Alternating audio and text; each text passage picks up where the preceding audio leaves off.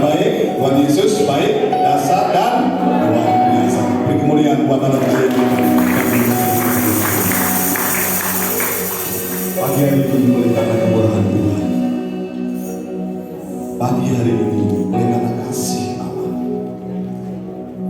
dan berikan kesempatan dan waktu untuk kita berhimpun di dalam hari Tuhan. Biarlah kita berjuang rahmat dari tempat yang maha tinggi, Roh Kudus yang akan memenuhi hidup kita, yang siap memimpin kita, yang siap untuk mengurapi kita, menyertai kita, sehingga hidup kita menjadi manusia baru, manusia Kristus yang hidup dipimpin oleh Roh Allah sepenuhnya. Haleluya. Terima kasih buat pagi hari ini Tuhan. Perkenankan kami untuk menghampiri tangan kudus. Kami memberikan hidup kami sebagai persembahan yang hidup, yang kudus, dan yang berkenan kepada Allah. Datanglah kerajaan, jadilah kehendak-Mu, dan biarlah kuasa Roh Kudus bersemurat di kami, memimpin dan menyertai. Terima kasih Tuhan, terima kasih Bapa. Dalam nama Tuhan kami Yesus Kristus, Allah kami yang hidup. Amin. Mengucapkan syukur. Haleluya. Ya Roh Kudus, berhembus sekarang, berhembuslah di tempat ini,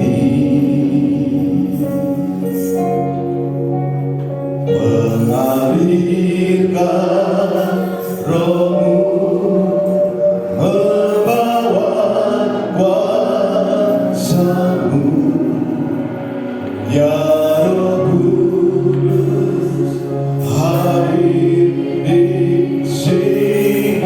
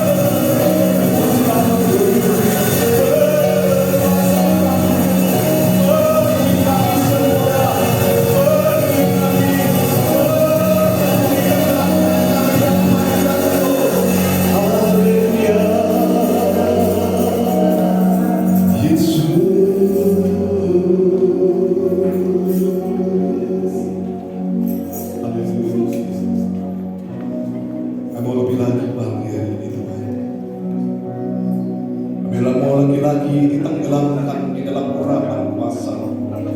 Karena Roh Kudus telah bertanda, Roh Kudus yang berotoritas atas kita. Jadilah kehendakmu, jadilah apa yang Tuhan mau.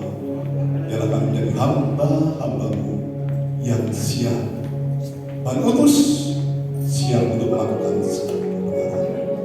Terima kasih Tuhan. Siap untuk memuliakan namamu lebih lagi. Urapan dan tempat yang menghadiri sudah ada dalam setiap hidup kami. Terima kasih Bapa.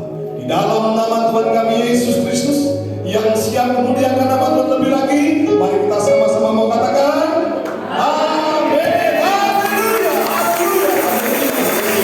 Yes, haleluya. Allah Roh Kudus telah berlakta.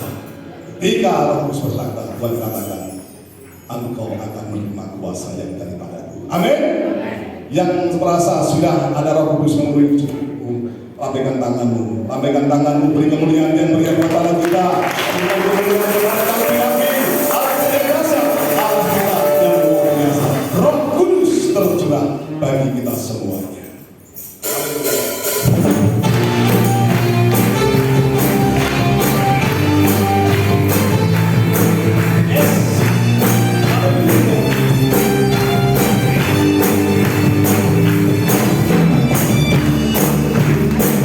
Curah di lebar ini, curah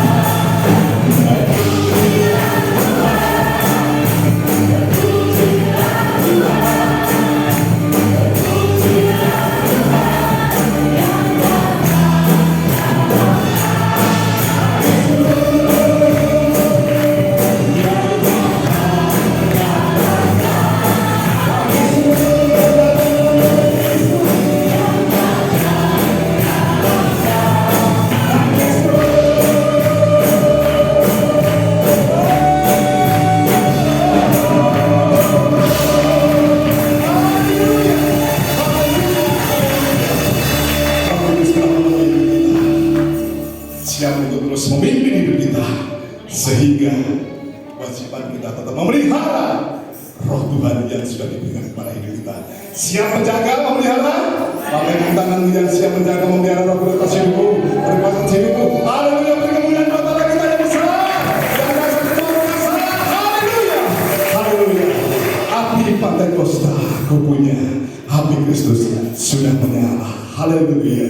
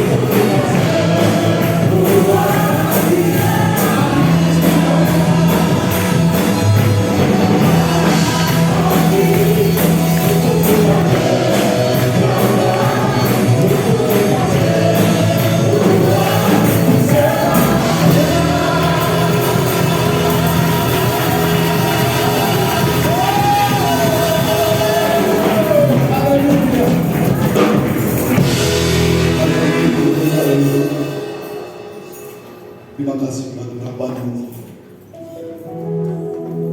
Terima kasih Tuhan Engkau telah bertahan atas hidup kami. Biarlah kami terus menjaga api yang Tuhan sudah berikan ini. Biarlah kami terus mendekat, kami terus melekat, memiliki hubungan yang intim dengan Tuhan setiap saat, setiap hari. Biarlah Roh Kudus memampukan kami. Allah terus menyertai kami, memampukan kami. Biarlah hidup kami terus fokus kepada Tuhan. Meskipun kami harus menghadapi rintangan, hambatan, silih berganti, bahkan yang tidak kami undang pun harus menerpa atas hidup kami. Namun mulai saat ini kami tidak takut, kami tidak gentar, karena dalam hidup kami ada Roh yang luar biasa, ada Roh yang besar, yang melebihi daripada roh yang lain, yaitu Roh Kudus. Terima kasih Tuhan, Kau terus hadir, berkuasa atas hidup kami. Terima kasih Tuhan.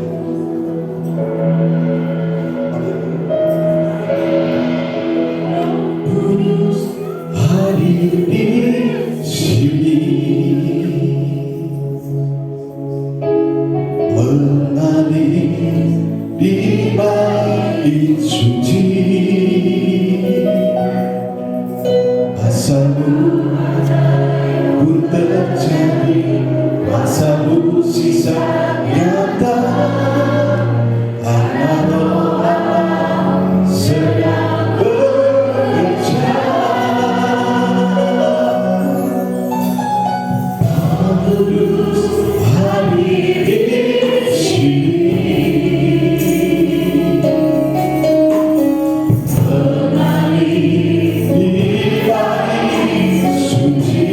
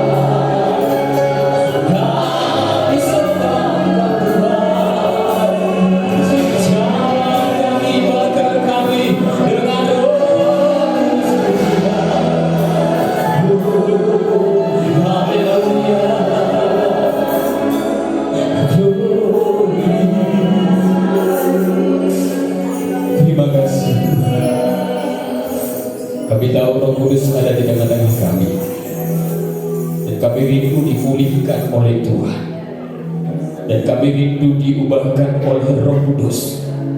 Lihat kami semua yang ada di tempat ini Tuhan. Lihat pergumulan setiap kami di tempat ini. Kami mohonkan Roh Kudus. Roh Kudus bekerja di setiap kami, mengubahkan kami, memulihkan di dalam nama Yesus. Terima kasih Tuhan. Kami mau diubah oleh firman-Mu.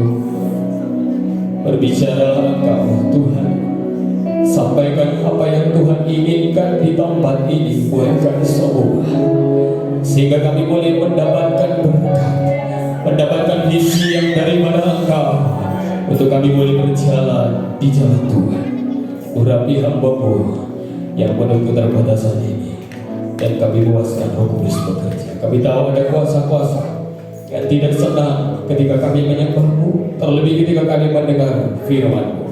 Segala penghulu di udara, kuasa-kuasa setan, kuasa iblis, kami bersama-sama, kami panggil namu, kami deki, kami ikat, kami patahkan di dalam nama Yesus. Terima kasih, kami siap mendengarkan firman-Mu di dalam nama Tuhan Yesus. Haleluya, haleluya, amin. Silakan duduk.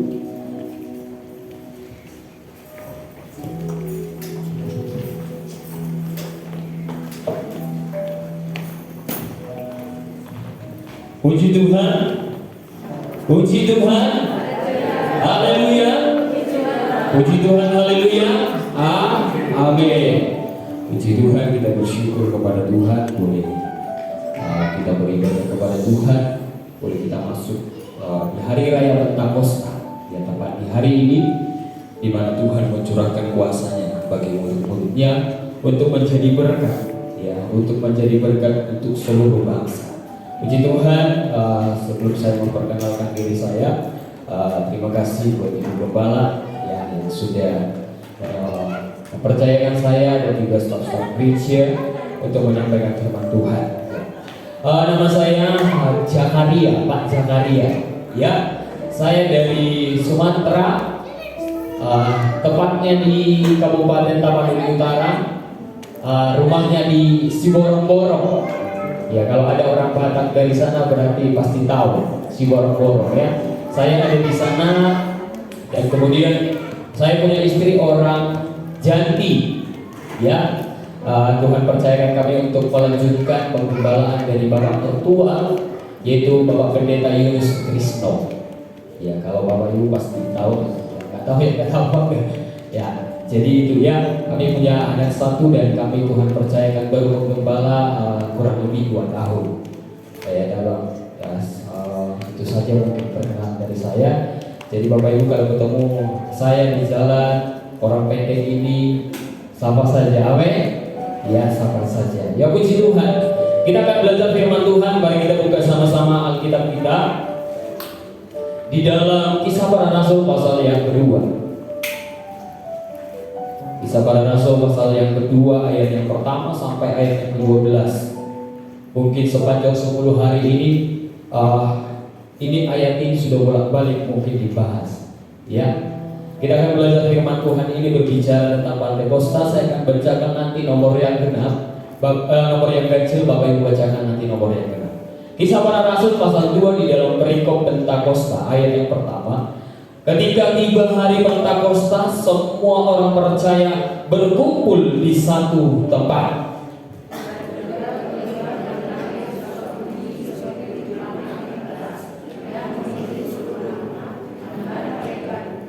Ayat yang ketiga, dan tampaklah kepada mereka lidah-lidah seperti nyala api yang bertebaran dan hinggap pada mereka masing-masing.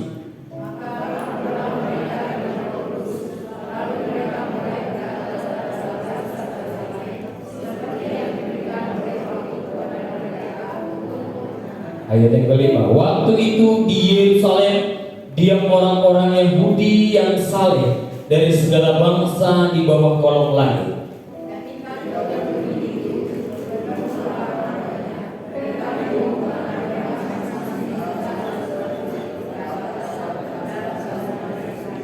Mereka semua tercengang-cengang dan heran lalu berkata, bukankah mereka semua yang berkata-kata itu orang Galilea?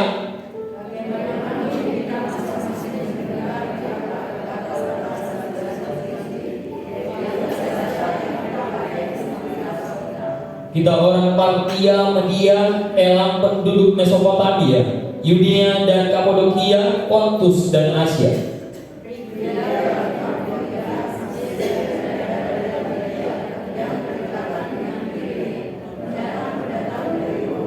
Baik orang Yahudi dimanapun penganut agama Yahudi, orang Kreta dan orang Arab, kita mendengar mereka berkata-kata dalam bahasa kita sendiri tentang perbuatan-perbuatan besar yang dilakukan Allah. 12 kita baca bersama-sama, 1, 2, 3. Mereka semua tercengang-cengang dan sangat termangu-mangu sambil berkata seorang kepada yang lain, apakah artinya ini? Ayat 13. Tetapi orang lain menyindir, mereka sedang mabuk oleh anggur manis. Puji Tuhan. Bapak Ibu Saudara terkasih, kalau kita lihat kisah di dalam pasal 2 ini, kisah para rasul ini, kita tahu bahwa hari raya Pentakosta itu sebenarnya itu bukan hari raya orang Kristen, karena pada saat itu orang Kristen belum ada. Ya, orang Kristen belum ada, dan itu memang jelas sekali kita harus pahami bahwa konteks di dalam pasal 2 ini adalah orang-orang Yahudi. Jadi mereka sedang merayakan hari raya Pentakosta. Kalau kita tahu hari raya di dalam orang Yahudi itu ada Paskah, sama seperti kita, bahkan ada Pentakosta. Ya. Jadi Bapak Ibu Saudara terkasih, kalau kita lihat di dalam kisah ini, kemudian ada suatu kisah di mana di dalam hari raya yang diperingati orang Yahudi itu berbeda dengan apa yang dialami oleh murid-murid. Selama ini mereka dituntut dengan agama, adat istiadat begitu ketat. Mereka harus setia datang ke rumah Tuhan, ke bait Allah. Mereka harus bawa korban persembahan. Tetapi di dalam kisah ini firman Tuhan berkata, kalau murid-murid Yesus, orang-orang percaya itu berkumpul di satu tempat, artinya bahwa mereka sedang tidak berkumpul sama dengan orang-orang Yahudi pada saat itu sedang beribadah. Itu berbeda. Karena kenapa? Bapak Ibu tahu kalau ketika murid-murid di mana kisah Yesus ditangkap, kemana murid-murid? Kemana? Lari semuanya, melihat dari jauh. Bahkan Petrus menyangka. Sampai saya terpikir, Bapak Ibu terkasih, ya, ketika saya membaca firman Tuhan, saya tertegun oleh firman Tuhan. Waktu Yudas Iskariot mau bunuh diri, Bapak Ibu sudah terkasih, di mana murid-murid Yesus? Dia mengambil suatu tas tali yang dia harus berjalan.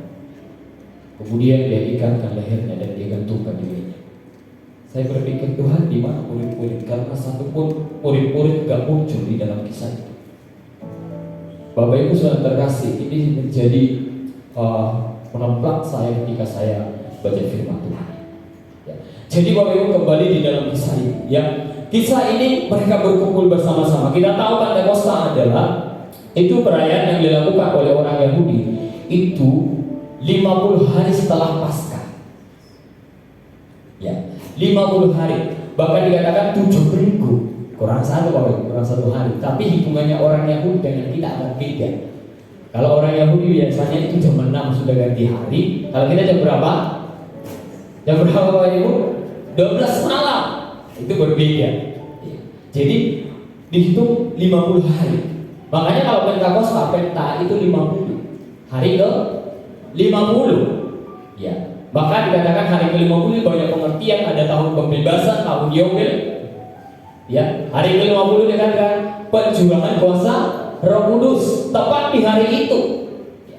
Kalau kita belajar tentang hari Pentakosta ini juga, ini hari sukacita. Ini bukan hari sedih. Ini hari sukacita. Jadi setiap selama 50 hari, kalau kita biasanya berapa hari? 10 hari saja kan.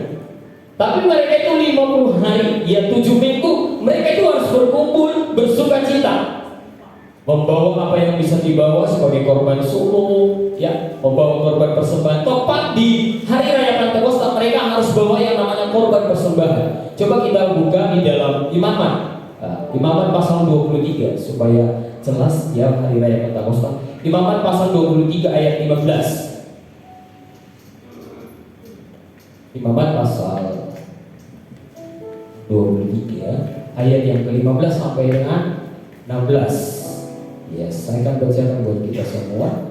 Imamat pasal 23 ayat 15 ya, sampai 16. Saya akan bacakan demikian firman Tuhan. Kemudian kamu harus menghitung mulai dari hari sesudah Sabat itu, yaitu waktu kamu membawa berkas persembahan unjukan, harus genap 7 minggu. Ayat 16. Sampai pada hari sesudah Sabat yang ke-7, kamu harus hidup 50 hari, lalu kamu harus mempersembahkan korban sajian yang baru kepada Tuhan. Jadi 7 minggu mereka harus merayakan itu. Tetapi ada kisah yang berbeda di dalam Kisah Para Rasul pasal 2. Ya, kisah yang sangat berbeda jauh dengan apa yang biasanya dilakukan oleh orang-orang Yahudi. Itu sebabnya Roh Kudus itu bekerja hingga sama hari ini, hingga sama besok, hingga sama kedepannya lagi. Itu beda kerjanya, amin. Ya, jangan pernah merasa bahwa ketika hari ini, besok itu sama saja, enggak. Makanya kalau sama, berarti pergumulan kita sama saja. Ya. Tetapi ada perubahan kreatif. Ya, di sana. Jadi Bapak Ibu terkasih, kisah ini luar biasa sekali. Mereka mendapatkan sesuatu yang berbeda. Apa? Roh Kudus. Bapak Ibu ketika berbicara tentang Roh Kudus, kita memahami di dalam perjanjian lama, perjanjian baru agak berbeda. Kalau diurapi oleh Roh Kudus, itu cuma orang-orang tertentu, nggak semua. Yang diurapi, yang dipakai oleh Tuhan, contohnya siapa? Daud, Samuel. Itu diurapi, itu dikhususkan memang dipakai. Jadi nggak sembarang. Dan kemudian orang-orang yang membangun bait Allah, Bapak Ibu di zaman itu nggak ada sekolah, nggak ada. Yang orang-orang Israel itu nggak tahu selama ini mereka dijajah 350 tahun. Itu cuma budak. Di pola pikirnya cuma budak. Tetapi Bapak Ibu terkasih, Tuhan berkata bahwa Roh Kudus memakai mereka membangun. Artinya Bapak Ibu terkasih, sebenarnya pekerjaan Roh Kudus itu jauh melebihi akal kita, amin. Dan nggak sanggup, kita akan sampai nanti di sana. Ya, jadi Bapak Ibu terkasih, ada kisah yang berbeda, ya, di mana Roh Kudus dicurahkan. Ya, kalau kita lihat di sana di satu tempat, memang Alkitab tidak jelaskan di mana mereka berkumpul. Ya, tetapi di dalam Lukas berkata bahwa mereka berkumpul harus senantiasa diam di bait Allah.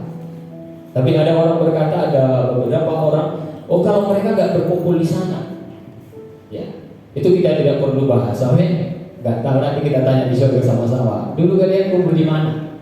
Ya, Petrus, kamu kumpul dulu di mana? Di loteng yang mana? Katanya loteng Yerusalem. Ya. Tapi kalau di loteng Bapak Ibu, kalau kita berbicara loteng kayak gini, berarti nggak ada orang riwayat dong, iya kan? Pada saat itu orang banyak, semua bahasa kita harus pahami. Ya, kita nggak tahu di mana. Yang jelas adalah firman Tuhan, Roh Kudus dicurahkan, amin. Roh Kudus dicurahkan. Apa yang dapat kita perhatikan di dalam Kisah Para Rasul pasal 2 ini? Yang pertama adalah dapat kita perhatikan bahwa Roh Kudus itu adalah kekal. Coba kita baca bersama-sama di dalam ayat yang pertama sampai dengan ayat yang keempat. Saya akan bacakan buat kita semua. Kisah Para Rasul pasal 2 yang pertama sampai 4 dikatakan, ketika tiba hari Pentakosta, semua orang percaya berkumpul di suatu tempat. Tiba-tiba turunlah dari langit suatu bunyi seperti tiupan angin keras yang memenuhi seluruh rumah di mana mereka duduk. Bapak Ibu, di ayat yang kedua ini menjadi bukti bahwa Roh Kudus itu ternyata kekal. Kekal di sini berbicara apa? Kalau kekal ini abadi, tidak akan pernah punah, tidak akan pernah binasa, dan tidak akan pernah berubah. Itu kekal. Jadi dari dulu dia sudah ada, kapan gak tahu kita. Itu waktunya Tuhan. Kekal. Dan kemudian sampai dibawa kita ke dalam kekal. Amin. Itu sebabnya Bapak Ibu terkasih, berbicara tentang mengikut Tuhan, berbicara tentang Kristen, itu tidak berbicara hari ini saja. Tetapi berbicara tentang Tuhan itu berbicara setelah kita mati. Amin. Jangan cuma berpikir hari ini saja, oh saya benar hari ini saja.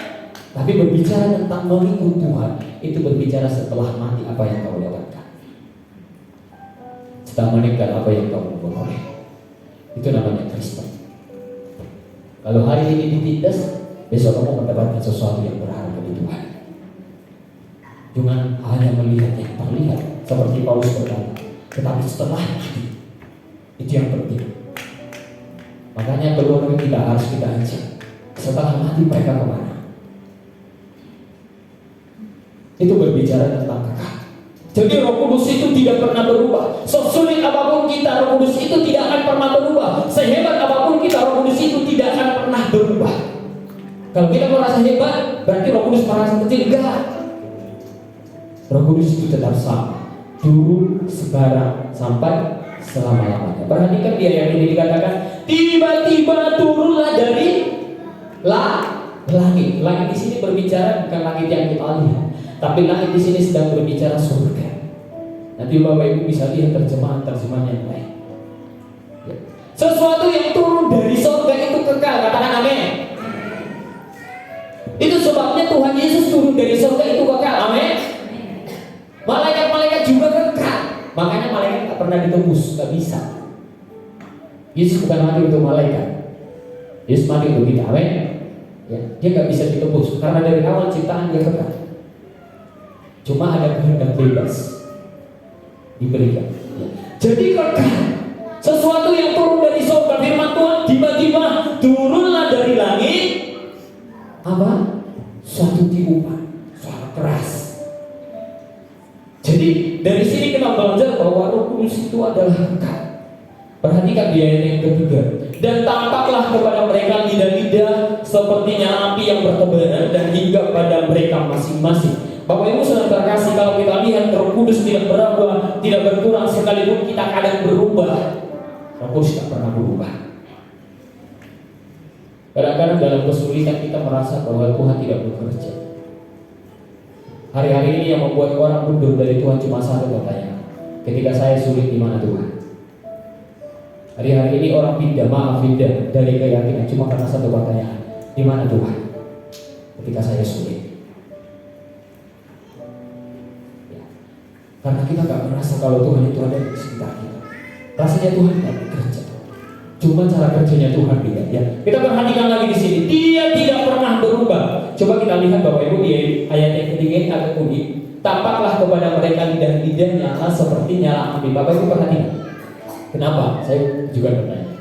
Kenapa ketika di Bapak Yerusalem, ketika mereka berkumpul, kenapa bukan burung merpati yang muncul?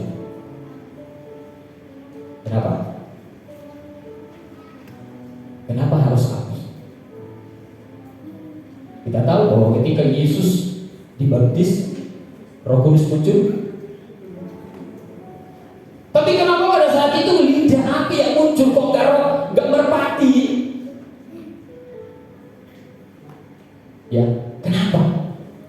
Bapak Ibu sudah terkasih, ini menjadi simbol dari Roh Kudus itu ada banyak. Ya, ada api, ada angin, ada merpati. Tetapi di sini dituliskan bahwa simbol yang muncul itu api, bukan merpati. Ya.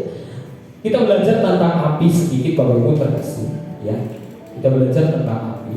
Kita perhatikan Kisah Para Rasul pasal 2 ayat 1 sampai 2 sampai 3 itu berbicara tentang api. Coba kita buka Keluaran pasal 2.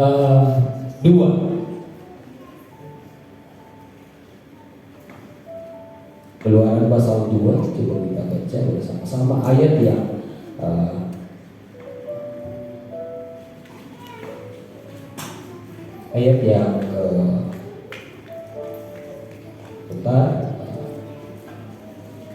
Keluaran pasal 3. Ya, kita baca mulai ayat yang kedua. Perhatikan Keluaran pasal 3 ayat yang kedua, saya akan baca buat kita. Lalu malaikat Tuhan menampakkan diri kepadanya di dalam nyala api yang keluar dari semak duri. Lalu ia melihat dan tampaklah semak duri itu menyala, tetapi tidak dimakan api. Yang ketiga, Musa berkata, biarlah aku menyimpang ke sana untuk memeriksa penglihatan yang hebat itu, mengapa tidak terbakar semak duri itu. Perhatikan, Tuhan menyatakan dirinya lewat api kepada Musa waktu itu. Ya, Musa, api dari mana? Api dari surga. Tuhan nyatakan. Untuk apa? Tujuannya cuma satu, ingin mengutus Musa.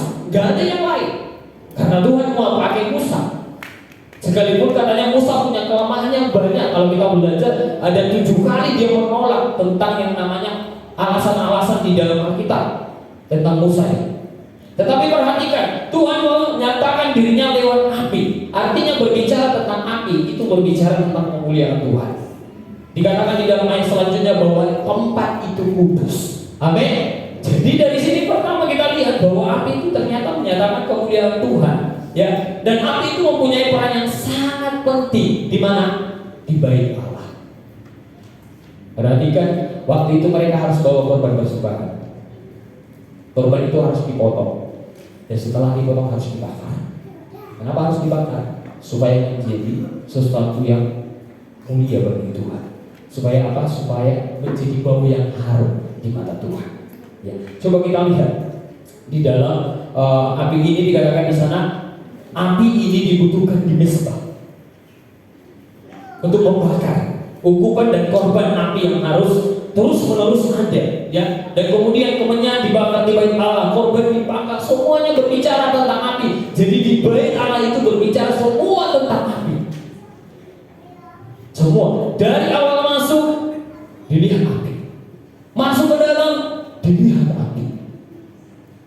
Api yang terus menyala. Coba kita baca sama-sama di dalam Imamat pasal 9 ayat 24. Imamat pasal 29, pasal 9 ayat 24. Coba kita baca bersama-sama, Bapak Ibu. Imamat pasal 9 ayat 24. Kita baca bersama-sama. 1, 2, 3. Dan keluarlah api, lalu menghapuskan korban bakaran dan segala lemak di atas mezbah.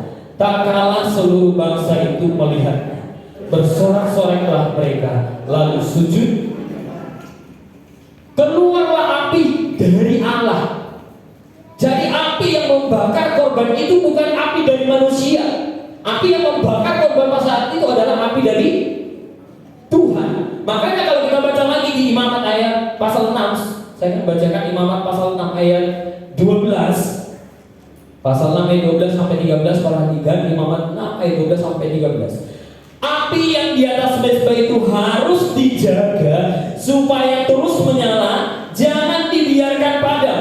Tiap-tiap pagi imam harus menaruh kayu di atas mezbah, mengatur korban bakaran di atasnya, dan membakar segala lemak korban keselamatan di sana. Ayat 13, haruslah dijaga supaya api itu tetap menyala di atas mezbah, janganlah dibiarkan padam. Api yang dari Tuhan ini nyala, gak boleh mati. Kalau mati, gak bisa bakar korban. Api yang dipakai di bait Allah pada saat itu sudah berbeda dengan api yang dialami oleh murid-murid Bapak Ibu. Mereka tidak lagi harus menyalakan, para imam harus menyalakan sendiri. Tetapi perhatikan baik-baik, ketika murid-murid berkumpul, yang membakar itu Tuhan sendiri. Amin. Tuhan sendiri yang membakar murid-murid. Mereka sudah diberikan korban, tidak lagi harus bawa binatang, tidak harus lagi bawa domba, tetapi anak domba yaitu Yesus sudah harus dikorbankan. Tiba saatnya mereka harus dibakar. Dengan apa? Api. Dengan api mereka harus dimakan. Jadi nggak sembarangan. Bapak Ibu, mungkin kita tak seperti di loteng Yerusalem, yang ketika kita menyembah Tuhan ada api yang nyala. Ya. Satu hal, Tuhan menebus kita, Roh Kudus Tuhan taruh supaya hidup kita dibakar oleh Tuhan. Amin. Dibakar supaya apa? Lemak kotoran yang tak berfungsi itu dibersihkan. Roh Kudus itu kerja membersihkan sifat kita yang egosentris, maunya menang sendiri. Itu mau Roh Kudus itu dibakar semua. Itu fungsi Roh Kudus di dalam diri kita. Jadi api ini masuk bertebaran di kepala murid-murid. Mereka dibakar. Supaya selama ini ego mementingkan diri sendiri. Coba baca di dalam Kisah Para Rasul pasal 1 ayat yang ke-6, saya akan baca.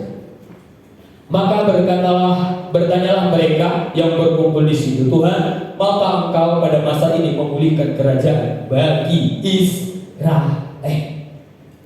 Murid-murid ini dari awal ini memikirkan dirinya sendiri sampai berkata, Bapak Ibu, kalau saya nanti kamu jadi raja Tuhan, aku duduk di sebelah kanan, dia duduk di sebelah kiri. Aku mendapat bagian apa Tuhan? Tuhan, aku sudah lama ngikut Engkau, aku dapat apa? Bapak Ibu, hari ini menjadi Kristen, jangan berbicara mendapatkan apa dari Tuhan. Tapi hari ini kita mau bicara, Tuhan, apa yang aku berikan bagi? Amin. Tuhan, apa yang aku mau berikan bagi? Apa? Itu namanya Kristen. Susah? Ya. Kalau susah jangan jadi orang Kristen. Sulit? Ya. Tidak harus berbeda dari dunia. Tuhan mau bakar kita. Jangan cuma sekedar rohnya kita, tapi hati mau dibakar. Di dalam keluarga yang kadang-kadang kita sebagai ayah, kita yang ngomong terus. Biarkan Roh Kudus membakar seperti murid-murid dibakar Roh Kudus, maka keluarga kita akan dipulihkan oleh Tuhan. Amin. Istri kita, semuanya. Jadi Bapak Ibu yang terkasih, ini makanya dikatakan api itu dilambangkan lambang dari Roh Kudus sendiri. Supaya apa? Supaya kita dibakar. Bapak Ibu sakit, kalau dibakar itu sakit. Jadi ikut Tuhan itu gak enak sebenarnya. Kalau kita mau lihat murid-murid, satupun mereka matinya gak ada yang mati. Matinya itu sakit. Ada yang disalibkan terbalik, ada yang disalib, ada yang dikuliti, ada yang digergaji. Tetapi itu pengorbanan. Oleh darah mereka maka tumbuh benih Kristus. Ya, jadi Bapak yang terkasih, ini yang dapat kita perhatikan bahwa Roh Kudus itu dari awal itu tidak akan pernah berubah. Yang kedua dapat kita perhatikan bahwa Roh Kudus itu mengerjakan yang kekal. Ya, kita perhatikan di Kisah Para Rasul 4 ayat 11, dia mengerjakan, dikatakan di sana ayat 11, dia mengerjakan perbuatan Allah yang besar. Mengerjakan, ini yang harus kita kerjakan, bersifat kekal. Ya, jangan lagi berkumpul bukan hanya untuk gosipi orang. Amin. Ya, jangan lagi cuma memikirkan hal-hal yang tidak dipikirkan. Jangan lagi hanya memikirkan orang yang menjelek kita. Janganlah hanya memikirkan orang yang menipu kita. Janganlah hanya memikirkan perkara-perkara yang sebenarnya tidak perlu kita pikirkan. Tapi pikirkanlah, dikatakan di sana Roh mengerjakan hal yang kekal. Ya. Hal yang kekal apa? Biasakan Bapak Ibu, kalau ketemu dengan orang, ceritakan kebaikan Tuhan. Jangan ketemu orang yang dibicarakan, harga cabai naik, harga pupuk naik, apalagi harga cabai naik. Boleh, tapi biasakan di dalam hal itu ada namanya Tuhan. Amin. Ada muncul pekerjaan Tuhan yang besar. Saya percaya Bapak Ibu saudara terkasih, kita semua di tempat ini sepanjang minggu, siapa yang bisa hidup berkatnya, coba angkat. Kalau ada yang bisa maju ke depan. Bapak Ibu bernapas, coba hitung oksigen di rumah sakit sana. Terbatas. Jadi sebenarnya pekerjaan Tuhan yang besar itu bukan hanya pernikahan saja, tapi pekerjaan yang besar itu berbicara tentang hati kita. Amin. Tentang hati kita yang dipulihkan oleh Tuhan. Itu sebabnya Bapak Ibu terkasih, mari kita lagi tidak berbicarakan diri kita sendiri, karena Roh Kudus mau mengikis itu semua. Janganlah hanya berbicarakan tentang harta benda yang kita punya, segala sesuatu yang kita punya. Jangan lagi berbicara tentang jabatan-jabatan yang kita punya, kita mau banggakan kepada orang lain. Tetapi yang mau kita bicarakan adalah ketika Roh Kudus bekerja, ketika Roh Kudus membakar kita adalah tentang perbuatan Tuhan yang besar. Amin. Bapak Ibu saya lihat kok bingung semua. Bapak Ibu susah. Ya, jaga. Ya, mari kita berikan diri kita untuk dipakai oleh Roh Kudus. Nggak jadi harus main musik. Ya. Bersihkan ini Bapak Ibu. Itu juga dipakai Roh Kudus. Amin. Ya, amin. Suatu ketika Bapak Ibu di waktu saya praktek, ada seorang Tuhan. Dulunya dia gak setia sama Tuhan. Ternyata usahanya begitu diberkati oleh Tuhan. Diberkati. Berhari-hari bertambah. Dan kemudian Bapak Ibu yang kekasih, dan kemudian dia tidak lagi pernah ibadah karena dia merasa kalau di hari Minggu untungnya itu lebih besar karena hari libur pada saat itu. Ya, untungnya lebih besar. Dan kemudian akhirnya dia tinggalkan ibadah. Hampir bertahun-tahun dia tinggalkan ibadah. Suatu ketika Bapak Ibu terkasih, ada satu hal yang terjadi dan kemudian usaha yang dia miliki itu hancur semua. Ketika hancur, Bapak Ibu, biasanya orang Kristen kalau sudah hancur datangnya kemana? Kemana? Gak ke pamannya, gak ke neneknya, gak. Saya tahu pasti datang ke gereja. Saya tahu pasti ketemu dengan gembala. Akhirnya dia ketemu dengan gembalanya, Bapak Ibu. Ya, ketemu dengan gembala ini, dia cerita semuanya. Akhirnya, Om, aku di sini saja. Akhirnya bertahun-tahun dia kerja cuma ngepel, nata kursi. Kalau dia nata kursi katanya nggak boleh miring sedikit pun, Bapak Ibu. Harus lurus. Setiap minggu ditata bersih sekali. Dan kemudian Pak Pendeta ini ngomong, kamu punya apa? Pak, aku punya alat las itu. Ya. Ada berapa? Ada ini. Akhirnya disuruh, kamu bisa ini, bisa. Akhirnya dia kemudian kerja. Dia buka Bapak Ibu dengan las kecil. Akhirnya semakin hari diberkati Tuhan. Dan mulai saat itu dia tidak pernah tidak beribadah. Jadi Bapak Ibu, Tuhan ingin mengikis kita. Satu hal yang mau sampaikan buat kita semua, jangan karena berkat Tuhan maka Tuhan tersingkir. Sekali lagi, jangan karena apa yang Tuhan beri bagi kita maka Tuhan tersingkir. Sudah dari Tuhan, disingkirkan lagi Tuhan. Tapi biarlah apa yang kita terima, kita mengatakan sama Tuhan, Tuhan ini kepunyaan. Itu Roh Kudus. Roh Kudus itu beda. Roh Kudus itu seperti air, itu lambangnya. Air itu nggak pernah bisa naik, kecuali pakai mesin. Aku hari kalau naik airnya ke atas, kalau dia ada mesinnya, coba nggak ada mesinnya bisa naik? Gak tahu ya, saya belum pernah lihat naik air dari atas sampai naik ke gunung gini jalan. Belum. Nanti banjir, berdiri juga banjir. Tapi satu hal, air itu selalu ke bawah. Amin. Dia ke bawah. Sebesar apapun air, nggak pernah dia naik. Sehebat apapun gelombang air laut, dia pasti kembali ke bawah. Sekuat apapun ombak, dia tetap ke bawah. Itu sebabnya Bapak Ibu terkasih berbicara Roh Kudus.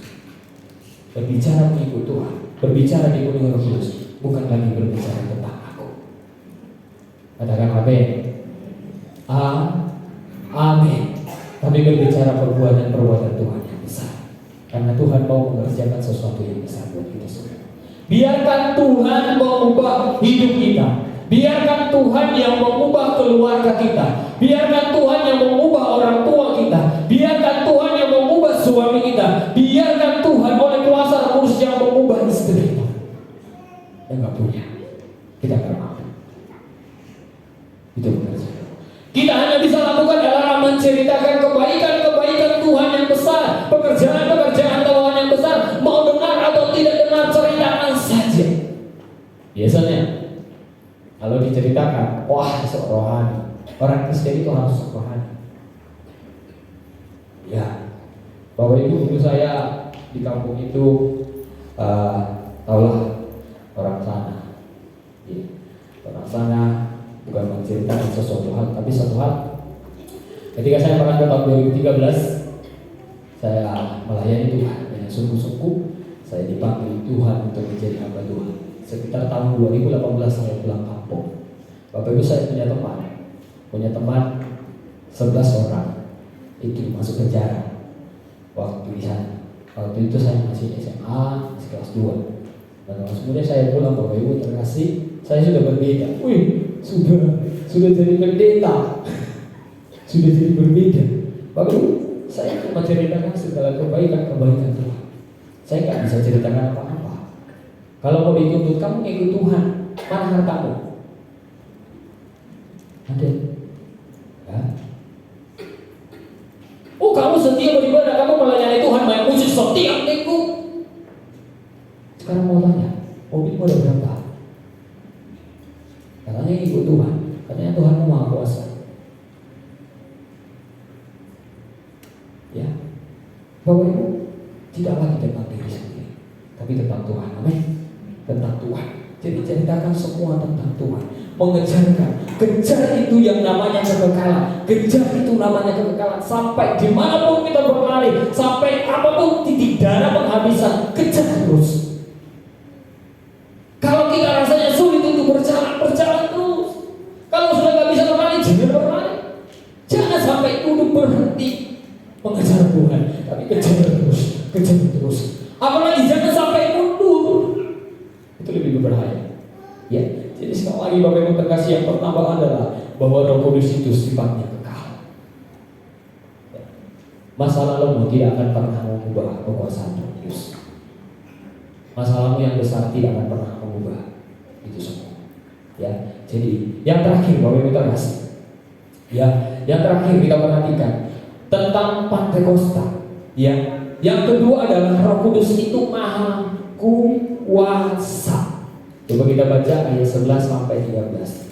Ayat 11 sampai 13. Kisah Para Rasul 2 ayat 11 sampai 13. 1, 2, 3. Baik orang Yahudi dimanapun penganut agama Yahudi, orang Kreta, orang Arab, kita mendengar mereka berkata-kata dalam bahasa kita sendiri tentang perbuatan-perbuatan besar yang dilakukan Allah. Mereka semua tercengang-cengang dan sangat termangu-mangu sambil berkata seorang kepada yang lain, apakah artinya ini? Tetapi orang lain menyindir, mereka sedang mabuk oleh anggur. Dapat kita melihat di sana bahwa tentang Roh Kudus, kemahakuasaan Roh Kudus adalah mengerjakan sesuatu yang melebihi kemampuan manusia. Ya, tentang Roh Kudus sebagai Allah yang Maha Kuasa adalah mengerjakan sesuatu yang melebihi pengetahuan manusia. Ada beberapa kata di sana dikatakan mulai ayat 7, dikatakan aneh, sesuatu yang aneh di ayat 7. Perhatikan, mereka semua tercengang dan heran. Aneh. Tercengang-cengang itu aneh, sesuatu yang aneh. Ada dikatakan lagi takjub kagum akan kuasa Tuhan, heran, tercengang-cengang. Jadi Bapak Ibu terkasih, pekerjaan Roh Kudus itu adalah melebihi segala sesuatu yang kita punya, melebihi segala sesuatu yang kita bisa lakukan. Amin. Jangan mengukur kuasa Roh Kudus dengan apa yang terlihat. Tapi perhatikan di sini, mereka semua tercengang-cengang dan heran. Mereka belum pernah lihat yang seperti ini. Roh Kudus bekerja, itu Maha Kuasa. Amin. Dia Maha Kuasa. Maha Kuasa artinya sangat berkuasa, amat berkuasa, kuasanya sangat besar. Artinya Roh mengerjakan sesuatu yang tidak bisa dikerjakan oleh manusia. Bapak Ibu, tidak semua hal bisa dikerjakan oleh manusia. Bahkan kita yang ada di tempat ini, tidak semua hal bisa kita kerjakan. Tetapi perhatikan, ada hal-hal yang harus dikerjakan oleh Tuhan sendiri. Amin. Ya, ada hal-hal yang dikerjakan oleh Tuhan sendiri. Apapun itu, ya. Tapi perhatikan baik-baik bahwa Tuhan adalah Tuhan yang Maha Kuasa, bahwa Roh Kudus adalah Roh Kudus yang Maha Kuasa. Kita lihat ada beberapa contoh. Ya, sedikit lagi Kisah Para Rasul 3 ayat 6, saya akan bacakan. Ayat 6. Kisah Para Rasul 3 ayat 6. Tetapi Petrus berkata, emas dan perak tidak ada padaku, tetapi apa yang kupunyai kuberikan kepadamu. Demi nama Yesus Kristus, orang Nazaret itu berjalan. Selama ini gak ada yang bisa tolong ini, yang sakit ini, yang lumpuh ini. Gak ada. Bertahun-tahun dia ada di sana, duduk di dekat bait Allah untuk meminta-minta. Ya, untuk meminta-minta. Tetapi Petrus berkata, aku gak punya emas, aku gak punya perak, tapi aku punya Tuhan yang besar. Amin. Dia punya Tuhan yang besar. Dia cuma ngomong, demi nama Yesus, sembuh, berjalan. Itu tidak bisa dikerjakan manusia. Itulah kemampuan kuasa Roh Kudus. Dari awal Petrus bertemu dengan Yesus, dipanggil oleh Yesus, tidak ada tertulis di Alkitab kalau Petrus pernah lakukan mukjizat. Tidak ada. Bersama-sama dengan Yesus tidak ada satupun tertulis di Alkitab kalau Petrus menyembuhkan orang. Tapi ketika diurapi oleh Roh Kudus, ketika dibakar oleh Roh Kudus, di situ baru dia bisa lakukan mukjizat. Haleluya. Amin. Itu kuasa Roh Kudus dari awal. Bahkan murid-murid berkata, di sana ada yang pakai nama Yesus menyembuhkan orang. Kami nggak bisa, kenapa? Itu salah satu contohnya. Yang kedua, Kisah Para Rasul 19. Kita perhatikan Kisah Para Rasul 19 ayat yang ke-12. Saya akan bacakan ayat 12. Bahkan orang membawa sapu tangan atau kain yang pernah dipakai oleh Paulus dan meletakkannya di atas orang-orang sakit, maka lenyaplah penyakit mereka dan keluarlah roh-roh jahat. Sapu tangan yang dipakai oleh Petrus itu dipakai orang lain untuk menyembuhkan orang. Sapu tangan Bapak. Bedanya apa dengan zaman sekarang? Coba saya tanya boleh. Bedanya zaman sekarang apa? Bedanya dengan hamba Tuhan sekarang beda. Hamba Tuhan sekarang pakai sapu tangan, membakar orang. Tapi di ayat ini Paulus atau Petrus tidak pernah pakai sapu tangan membakar orang. Perhatikan. Tetapi yang pakai sapu tangan adalah orang lain. Maaf, saya melihat satu video. Ada hamba Tuhan masih muda. Hamba Tuhan gereja besar diurang oleh Tuhan, dan kemudian suatu ketika dia taruh sepatu di depan, sepatu yang di atas. Dan kemudian dia ngomong seperti ini. Nanti Bapak Ibu bisa lihat videonya di YouTube, carilah. Taruh sepatu itu dan kemudian satu-satu jemaatnya disuruh mencium sepatu itu. Dikatakan di sana ada Roh Kudus. Dan anehnya jemaatnya mau. Itu nggak tahu sepatu itu diparfumi atau gimana, saya nggak paham. Atau 2 hari, 3 hari, atau 1 minggu belum dicuci, nggak paham. Tapi yang jelas itu pasti dilawan. Sepatunya, sepatu mahal ya. Ditaruh di sini jemaatnya, batu satu-satu dicium, dipegang. Katanya ada Roh Kudus di tanah. Ditaruh di sini, Bapak Ibu. Hati-hati di zaman sekarang, jangan suka melihat hal-hal yang supranatural yang kelihatan hebat. Sesuatu yang berasal daripada Tuhan pasti memberkati. Ya. Ini Petrus ini nggak pernah pakai sapu tangan, gak. Orang lain yang pakai. Ya. Orang lain yang pakai sapu tangannya. Bukan Petrus yang ambil sapu tangan terus ditumpangkan, gak. Gak ada. Dia kita gak ada. Tapi Petrus hanya tumpangkan memakai nama Yesus dan orang percaya dengan itu. Itu sebabnya Roh Kudus itu maha kuasa. Tercengang-cengang. Akhirnya sapu tangan itu sembuh. Ya, jadi Bapak Ibu terkasih, bahkan bayangan Petrus itu mengenai orang ketika berjalan itu sembuh. Tapi Petrus nggak pernah ngomong, nanti kalau aku lewat bayangan akan kena kamu akan sembuh. No, nggak ada.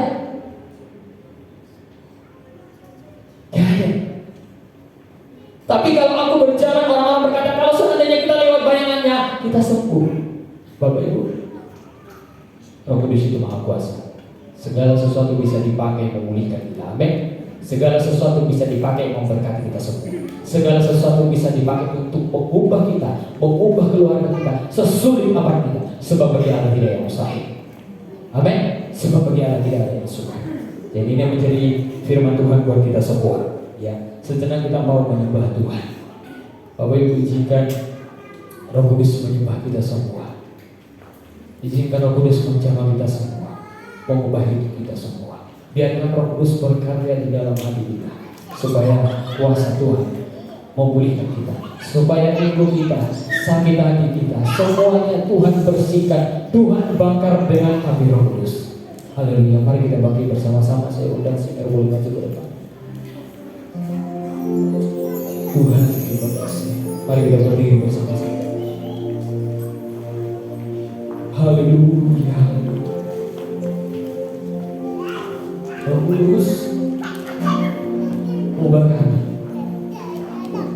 Haleluya. Berserulah kepada Tuhan.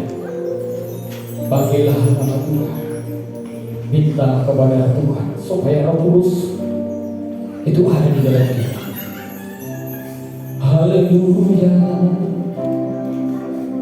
Berkaryalah Roh Kudus di sini.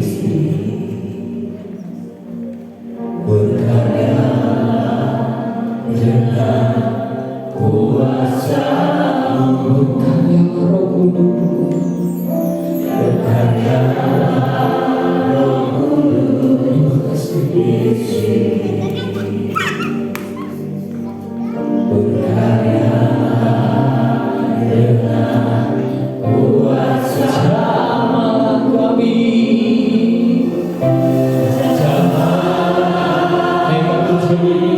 Untuk menyembah kepada Tuhan.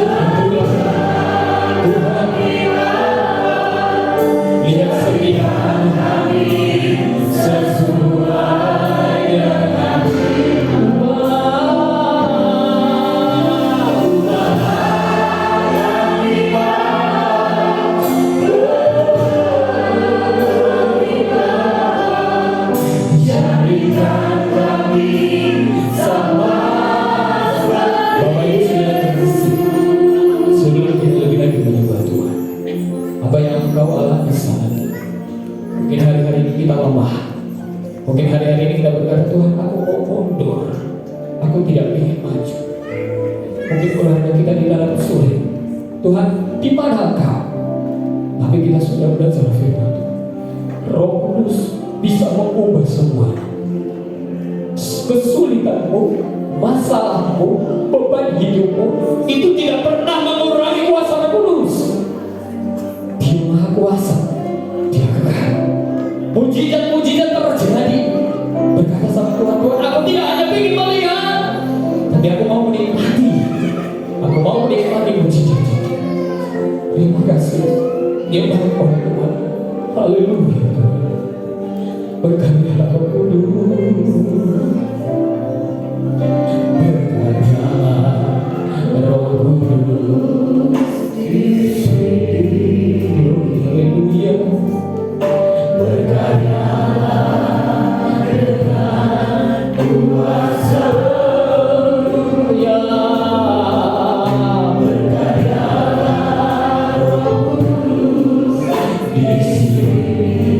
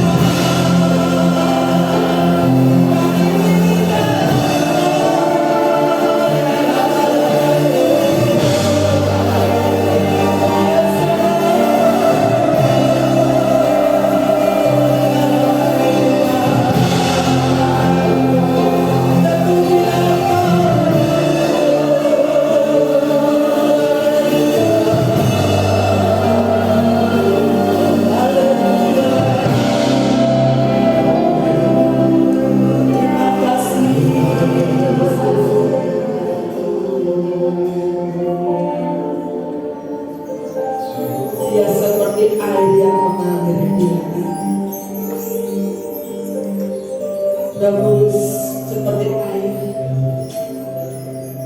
yang akan mengalir memenuhi hati kita ketika kita memiliki kerendahan hati. Roh Kudus akan mengalir lebih kencang ketika kita merendahkan hati di hadapan bahwa hari ini aku butuh Engkau. Aku perlu Roh Kudus dalam hidupku. Dia seperti air. Nikmati hari ini, lawatan buat lebih lagi. Amin. Seperti air yang mengalir di hatiku.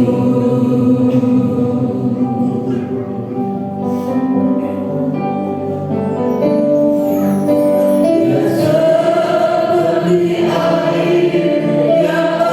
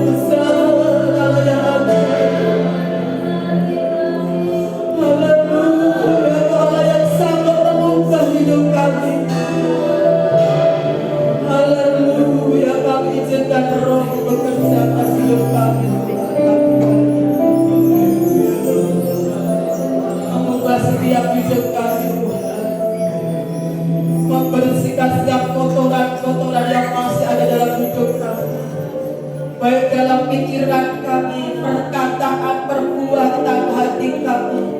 Engkau yang akan menguduskan, membersihkan, memurnikan ya Tuhan, sehingga kami dimurnikan. Terima kasih Bapa. Kami di Roh Kudus-Mu tidak hanya berhenti di sini, tapi kami rindu lebih lagi Tuhan. Hidup kami dipenuhi, dikuasai, dipimpin, dikendalikan oleh Roh-Mu dalam hidup kami. Sehingga bukan aku lagi, tapi Roh Kudus yang ada dalam hidup kami yang memimpin kami Tuhan. Terima kasih Tuhan, Engkau memberkati hamba-Mu Bapak Pendeta Jaka yang sudah memakai dan memberkati kami. Berkati pelayanannya, berkati keluarganya, berkati dimanapun hamba-Mu berada, perlengkapi lebih lagi menjadi berkat. Kami percaya Kau akan terus menyertai hamba-Mu sehingga apa yang dikerjakan, dikatakan, dipikirkan disertai Tuhan dan selalu berhasil dan bertumbuh, dijadikan menjadi berkat. Berkati semua pelayan yang sudah melayani hari ini. Kami menjadi pelayan-pelayan Tuhan yang semakin mengasihi Tuhan. Kami semakin berkenan kepada Tuhan. Bahkan yang dikurangi oleh Roh Kudus, yang dipimpin oleh Roh Kudus. Seluruh jemaat Tuhan yang hadir pada pagi hari ini, kami percaya biarlah mulai hari dan seterusnya hidup kami dipimpin Roh Allah, sehingga kami mampu hidup melakukan kehendak daripada Engkau Tuhan. Kami sadar kami terbatas Tuhan, tapi Roh itu ada dalam hidup kami. Roh yang akan memimpin kami. Apa yang tidak bisa menjadi bisa, apa yang tidak mampu menjadi mampu, apa yang berat akan menjadi mudah. Roh itu memimpin kami, menolong hidup kami Tuhan. Terima kasih Bapa yang baik. Terima kasih kami ucap syukur buat hadirat-Mu pada saat pagi ini, buat firman Allah. Engkau memberkati kami semua Tuhan. Sebentar kami akan memberikan korban persembahan, melakukan firman Allah. Kuduskan segala apa yang kami lakukan semuanya boleh menyenangkan hati Tuhan. Kau memberkati agenda sepanjang minggu, memberkati kota, bangsa kami diberkati oleh Tuhan. Terima kasih Bapa, maka kalau usai daripada ibadah nanti kepulangan kami pun dalam pertolongan Tuhan. Saudaraku yang dikasih Tuhan, diberkatilah ketika engkau masuk dalam rumah Tuhan. Diberkatilah ketika engkau pulang dari tempat ini. Diberkati kesehatanmu, diberkati keuanganmu, diberkati keluargamu, rumah tanggamu, diberkati usaha pekerjaan bisnismu, diberkati pelayananmu, sekolah dan kuliahmu diberkati Tuhan. Ketika engkau di rumah, keluar rumah, Tuhan akan menjaga keluar masukmu. Terimalah anugerah, sisa dan berkat yang datang dari Bapa di surga, kasih sayang daripada Tuhan Yesus Kristus, dan persekutuan Allah Kudus menyertai hidupmu mulai hari ini, esok sampai Maranatha. Tuhan datang kembali menjemput umat Tuhan yang setia sampai akhir hidupnya. Terimalah berkat di dalam nama Tuhan Yesus Kristus yang diberkati Tuhan sama-sama. Katakan amin. Tuhan memberkati. Baiklah, kita akan memberikan persembahan. Kita pujikan satu persembahan. Pilih Roh Suci, Mengkaryo Ing Pulau.